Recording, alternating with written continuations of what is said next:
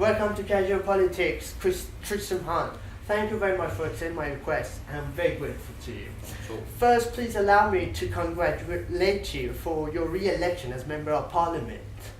And ask you that, how disappointing was it to come back as Member of Parliament and still your party is not in government? Well, obviously it's a great privilege to be elected a Member of Parliament, and that's always a privilege to represent Stoke-on-Trent, and to be returned with a good majority is a great thing. But obviously it's a huge disappointment that we're not, as a Labour Party, in government, and so you do return to this place with a not such a spring in one step as we'd have hoped. It would have been good to be going into government and doing things rather than critiquing and criticising and opposing. And do you think that what was the problem that you didn't reach out to voters, especially in the South and Scotland?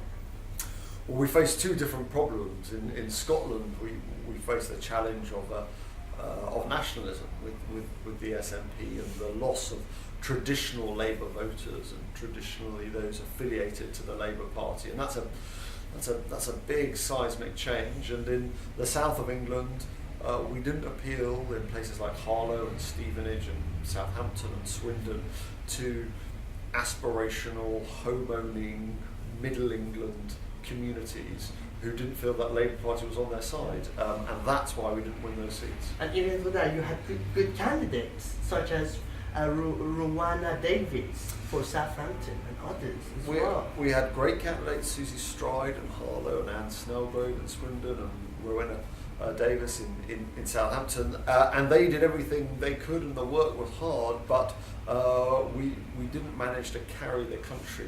People didn't feel safe with the Labour Party when it came either to the public finances or how that would impact on their family finances.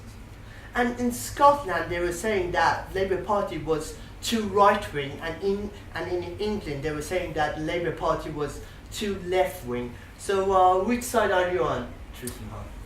Well, this is the political challenge Yes. We face, and there's a debate, as it were, in Scotland whether this was a question of austerity or whether this was a question of nationalism. We have to be Labour.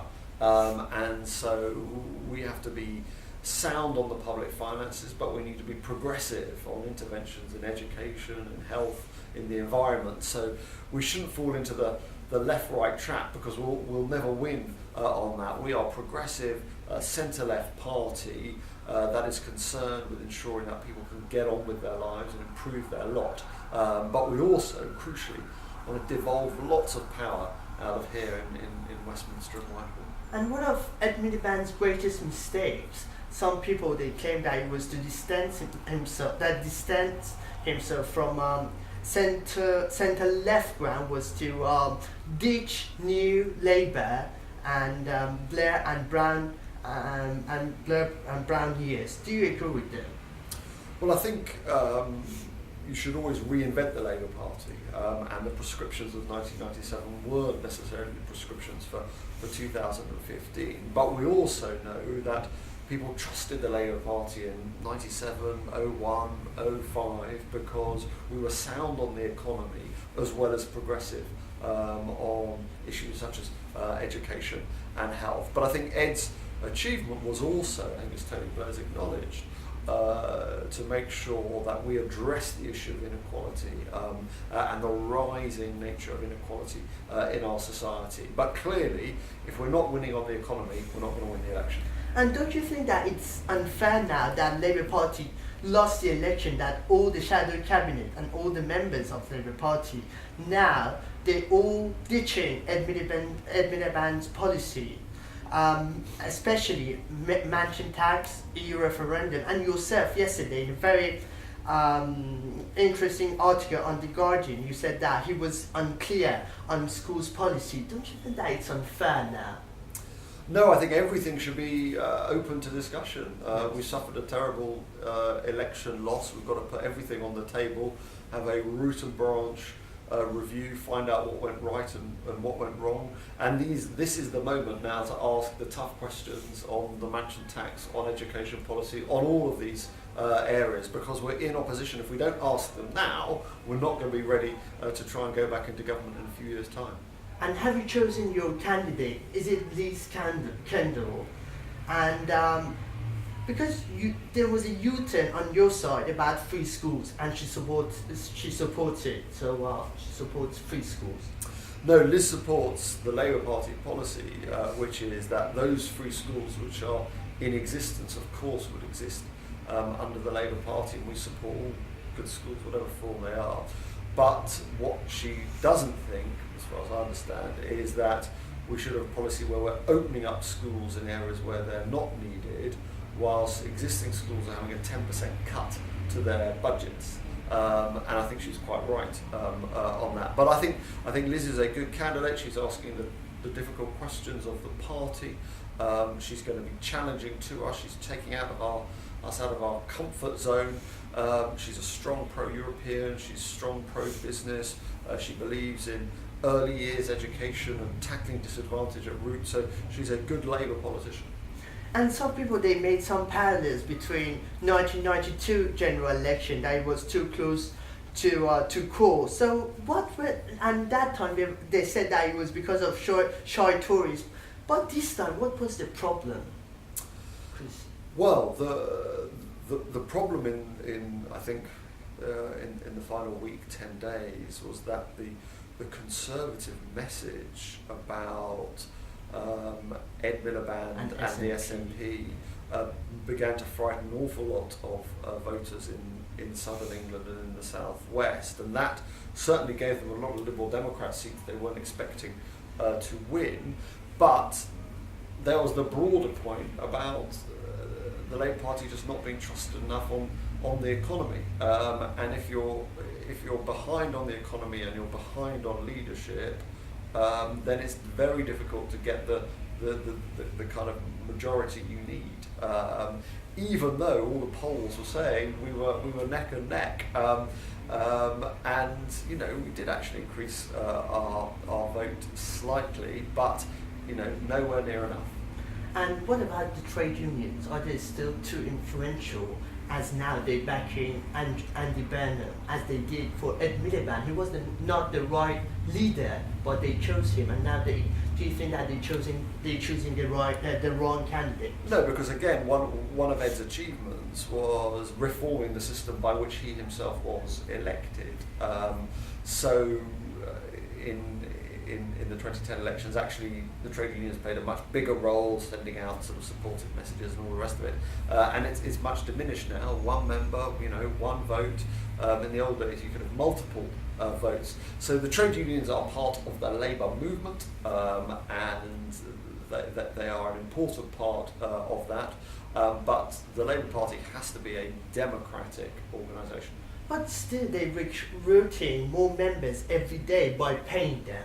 Do you think that that's the right thing to do? I don't know about that. If you can't have your membership of the Labour Party paid for you by somebody else. We're seeing more and more people sign up to be members of the Labour Party, but not forced by the trade unions, in your opinion. No, I'd need to see evidence of that. It's great more and more people are joining, but I want people to be joining for the right reasons. And now about the referendum, do you think that Labour Party should run its own campaign? Because if they win, you win the campaign, then it would become a springboard for success in the general election. As Tories, they will be split by that time. Well, I think we should support the Yes campaign. I think we should be supportive of that. There will also be an independent Labour Party campaign, but I think let's see what the form of the Yes campaign is. But my strong intimation is that we in the Labour Party should be supporting a Yes campaign. So do you want to join a wider cross-party campaign? Yes, I think we should support a wide cross-party campaign to make the case of being in Europe. and how the Labour Party could reinvent its social democratic message to speak to people's inspiration, in your opinion? That has to be about rhetoric and tone and language. It has to be about supporting wealth creators and being on the side of business. It has to be about willing to make the tough decisions about the deficit and the debt. It means, being very strong about home ownership and some of the material aspirations. So we need all of that language to come back. And the problem that we faced previously was that individual policies in and of themselves, like the mansion tax, 50p, all the rest of it, the cumulative effects of that seem to suggest that we were against people getting on, and we paid the price of that electorate. And now that you lost the elections, some of your colleagues, they supporting actually Tories policies. Do you think, is that fair to your party? Well, I don't know what policies you refer to. EU referendum, you were against it, and now you're in favour of it. Yes, I mean, I think the public, that was part of the Tory manifesto, as a leading part of the Conservative manifesto. The British people have made a decision there. I think the Labour Party has to accept that decision and then make the case for a yes vote. I think there are still some of the reservations that we held out there about the nature of the vote and the impact on business, but I think we're a democracy, the British people have spoken, we take heed of that. Yes. And why then that your party hasn't come up with a stronger policy to challenge George Osborne's Northern powerhouse? Well, when you look at the election, what Manchester did was return Labour MPs, and what Manchester did was return Labour councillors. So the politics in Manchester are Labour politics, and it's Labour politicians who are delivering this devolution, and that's as it should be. But we have to be much stronger about devolving powers, and actually our programme was very pro-devolution. For example, in education, I think it's crazy that Manchester shouldn't have the ability now to commission new schools to try and raise standards at a combined authority level. So we're willing to go much further. And last question, I know that you're in a rush, that do you think that if Britain decides to leave the European Union, would it produce a clamour over another independence in Scotland? I think we'd have to see the nature of the vote, but certainly I think if Scotland voted to stay in Europe and England voted to leave Europe and maybe Wales as well, I think that would put the Union under a great deal of pressure. We shall wait and see. Great. Thank you very much. Thank you. Good.